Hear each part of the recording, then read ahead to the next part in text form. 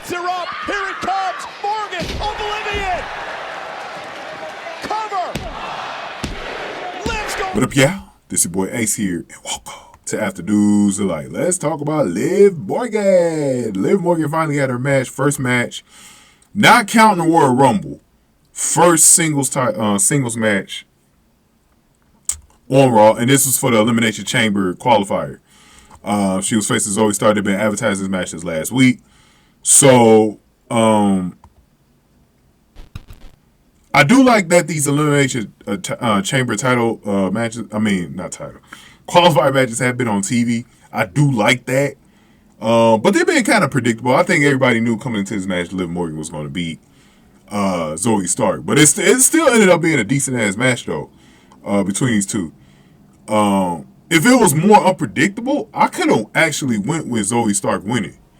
But I knew because she's more in the tag team scene that she didn't need to win the match. But let's go into how it went, man. So Morgan went to the ropes early and was cut off by Stark, who then performed a Death Valley driver on the ring apron. Stark stuffed a Codebreaker and then catapulted Morgan into the corner. Stark charged Morgan, who hit her with a standing double stomp. Stark came right back with a super kick for a 2 count. Stark went up top and went for a corkscrew dive that Morgan avoided. Morgan hit the Oblivion and scored the pin on Zoey Stark. That was all she wrote for Zoey Stark, who lost in 9 minutes and 15 seconds to Liv Morgan, who's going to move on to the Women's Elimination Chamber. So she now joins Bianca Belair, who qualified, I believe, just this past Friday on SmackDown, and Becky Lynch, who won last week. She had a pretty good match too last week. She beat Becky beat Shayna Baszler last week. So those three are in. And let me show the poll. Haven't done a poll on here in a while on my channel. This has been very busy, y'all. I've been very busy, man. As far as making polls go. But I definitely told y'all I was gonna do this one. I thought I was gonna have time to do it last week. I wanted to do it last week. So we're gonna do it this week. Let's see what the voter turnout was. Playing on the screen here. Oh wow, because I just put it up like 2 hours ago. 127 votes, and I put it up like in the middle of the night. I think it was like 4 o'clock in the morning when I put this son of a bitch up. 127 votes, 4 likes. Most of y'all chose Liv Morgan, and the reason why I made the poll because I knew Liv Morgan was going to win the poll, but I kind of wanted to see how she fared against someone like Becky Lynch in the poll. 8% of y'all went with Bianca. And this was, the question was about not who you thought was going to win. Who did you want to win?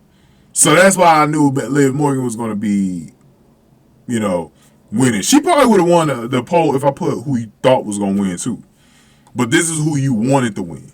So you can still vote on this, by the way. Make sure y'all do go on the community tab and check this out. Thank y'all for voting in advance.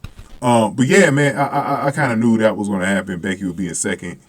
So the question is, who does Rhea face? And is it going to be Rhea? Because everybody's assuming it's going to be Rhea, but it could be Nia Jax, because Nia Jax been on the road.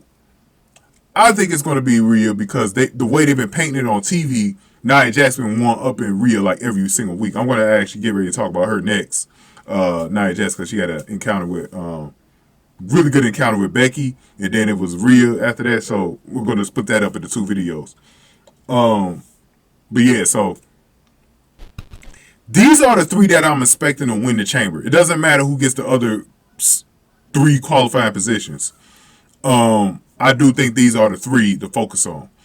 Now, y'all know me on this channel. I believe Kawhi already said something in the comment section about how since last year, I've been the one that's been saying Liv is going to face Rhea at WrestleMania, just due to the fact that, not so much because she's got the storyline to go with it, the revenge storyline, but, since Rhea was wanted to put her on herself back in the summertime. But because it's near her hometown. So, it's in Philly, so it's right next door to New Jersey.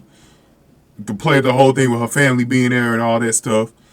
You have the storyline. I think you could play it up. If Rhea's not going to lose it anyways, I don't see how this wouldn't be a good idea. Now, with Becky in there, it's kind of hard for me to kind of go against Becky because I think I can see Becky doing it. I don't think it's going to be Bianca, though. I think out of the 3, I think she's got the least chance of doing it. I don't think the timing of personally, I don't think the timing of it is good with Bianca, because you really haven't built up anything with Bianca and Rhea, with Bianca being on SmackDown. At least there is something there with Becky and her, but you don't really have anything right now between. I think if this was last year, because I remember a lot of people wanted Bianca and Rhea to face off, but it ended up being Charlotte. But good thing they didn't listen to the fans, because that was. I still got to do that video, by the way. Best women's matches of 2023. Hopefully, I have time to do it around, WrestleMania season. Well, we're in WrestleMania season, but I'm talking about like more towards WrestleMania time in early April. But we'll see. Let's see if I'm, because I barely got time just to even make these videos. So let's see if I'm able to make that video. But I think Rhea and Charlotte was definitely a top 5 match last year. It was, for me, it was number 1 up until I saw Trinity go against Deonna Purrazzo at Slammiversary for TNA. I don't know where I have it ranked now, but Charlotte versus Rhea delivered, and it was one of the best women's matches of all time. Probably the best one in the WWE of all time, to be honest. It was that fucking good between Rhea and Charlotte. They tore the house down. And I remember Charlotte was saying that should be the main event. Now looking back on it, because the tag team match between the Usos and Kevin Owens and Sami Zayn was not it last year. It was good, but it wasn't. Bro, Charlotte and Rhea was way better. It probably could have ended the night with Charlotte and Rhea last year. But it has to be someone that could put in a good match with Rhea. Obviously, if you do Becky and Rhea, that's probably your best scenario right there. So, we'll see, man. Y'all let me know in the comment section what y'all want to see, man. Because I tell you what, I'm not going to be mad even if they chose Bianca. These 3 are perfect opponents for Rhea. But I think story-wise, everything's lining up with Liv Morgan, man. Liv Morgan still hasn't seen Rhea yet. Like, she still hasn't even saw her, like, on Raw and talked to her. So I don't even know how you would even do a scenario where Liv loses. I got Liv winning it, man. That's my early prediction. Let me know in the comment section what y'all think, man. Get this video a like, share, subscribe. We're going to talk about Nia Jax and Rhea and Becky next. Thank y'all for watching. After News to Light.